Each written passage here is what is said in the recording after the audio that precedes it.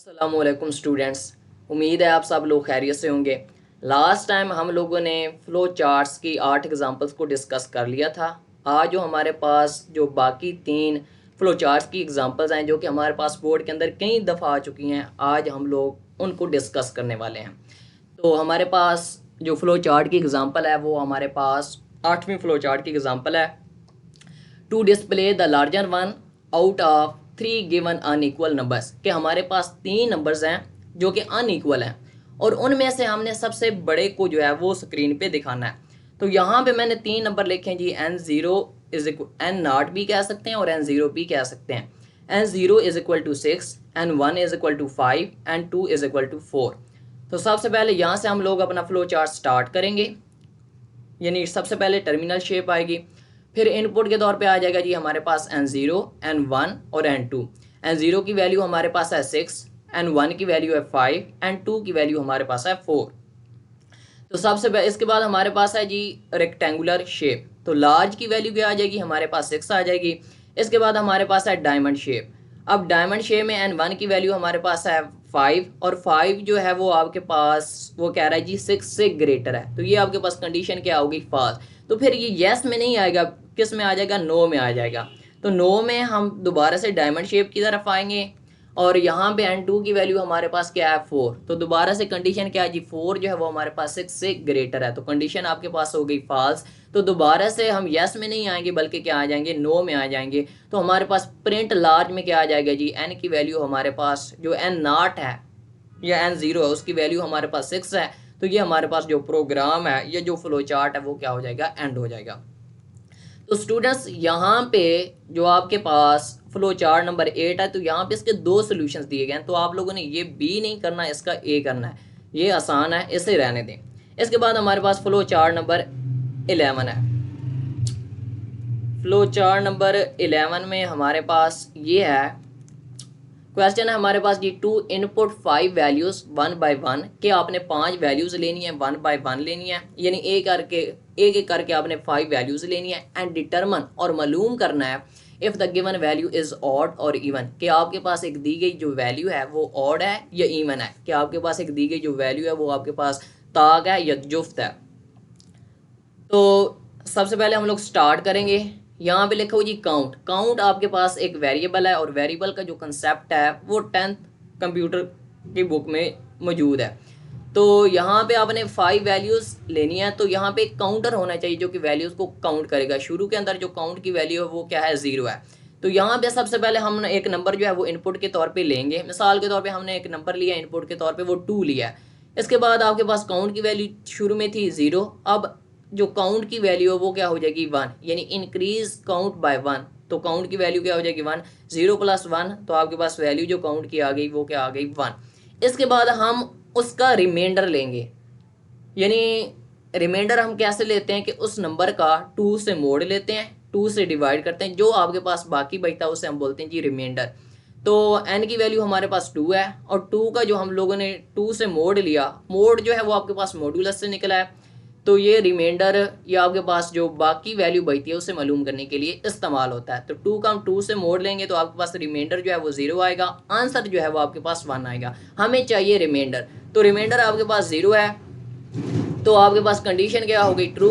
तो हम यस में आएंगे तो आपके पास एन की जो स्क्रीन पे या आपके पास जो एन की वैल्यू आ जाएगी वो आपके पास क्या आ जाएगी, 2। तो यहाँ पे मैंने आउटपुट लिख दिया जी, आपके पास क्या आ जाएगी, 2।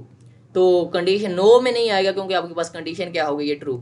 इसके बाद आपके पास काउंट की वैल्यू हमारे पास 1 है, आपने 5 तक जाना है क्योंकि हम लोगों ने 5 वैल्यूज लेनी है 1 बाय 1।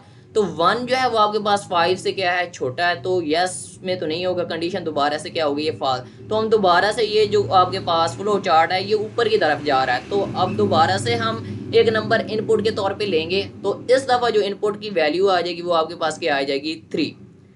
पहले हमने एक नंबर जो इनपुट के तौर पे लिया है वो 2 लिया है और यहाँ पे अब जो है इनपुट के तौर पे जो हम नंबर लेंगे वो अब क्या लेंगे, 3। यहाँ पे मैंने नंबर जो है वो भी साथ साथ मेंशन कर दिए हैं।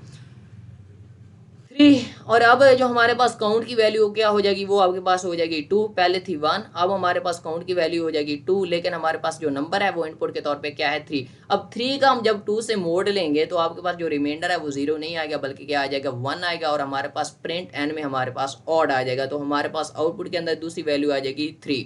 तो काउंट की वैल्यू अब हमारे पास अभी भी क्या है 2 जो है वो आपके पास 5 से छोटा है, तो कंडीशन दोबारा से क्या हो जाएगी फॉल्स। इसके बाद हम दोबारा से एक नंबर जो है वो इनपुट के तौर पे लेंगे। अब हमने इनपुट के तौर पे जो नंबर लिया वो n इज इक्वल टू 4 लिया है, तो आपके पास काउंट की वैल्यू क्या हो जाएगी, पहले थी 2, अब काउंट की वैल्यू हमारे पास हो गई है 3।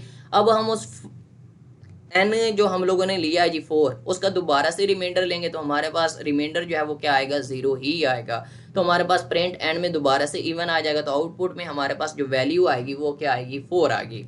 अब हमारे पास ये काउंट की वैल्यू क्या है 3 जो है वो भी 5 से छोटा है, तो कंडीशन दोबारा से फॉल्स होगी। अब दोबारा से हम एक नंबर जो है वो इनपुट के तौर पे लेंगे। अब जो हमने इनपुट के तौर पे नंबर लिया है वो n is equal to 5, n is equal to 5, तो हमारे पास काउंट की वैल्यू क्या हो गई है, पहले 3 थी, अब काउंट की वैल्यू हमारे पास क्या हो गई है 4 हो गई है, और जब हम 5 का 2 से मोड़ लेंगे तो हमारे पास जो रिमाइंडर आएगा वो 0 नहीं आएगा, बल्कि क्या आ जाएगा 1 आएगा, तो प्रिंट एन में जो हमारे पास दोबारा से वैल्यू आएगी वो क्या आएगी 5 आ जाएगी।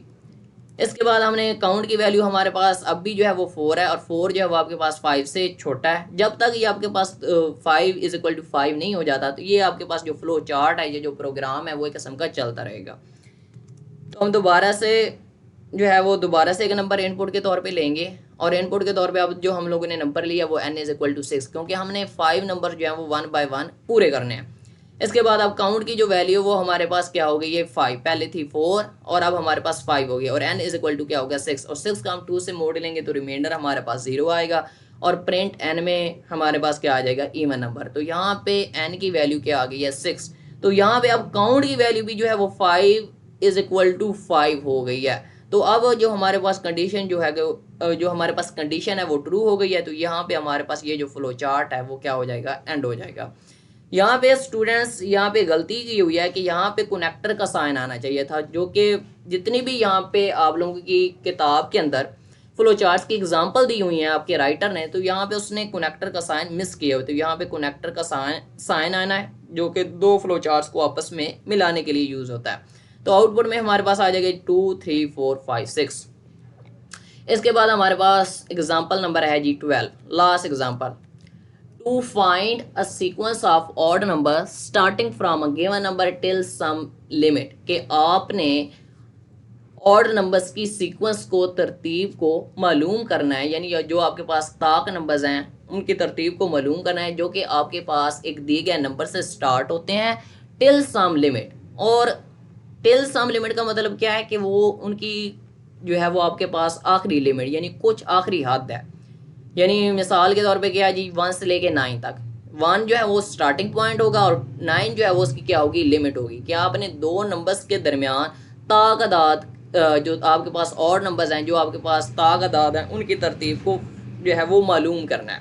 मिसाल के तौर पे हम लोगों ने दो नंबर लिए हैं जी 1 एंड 7।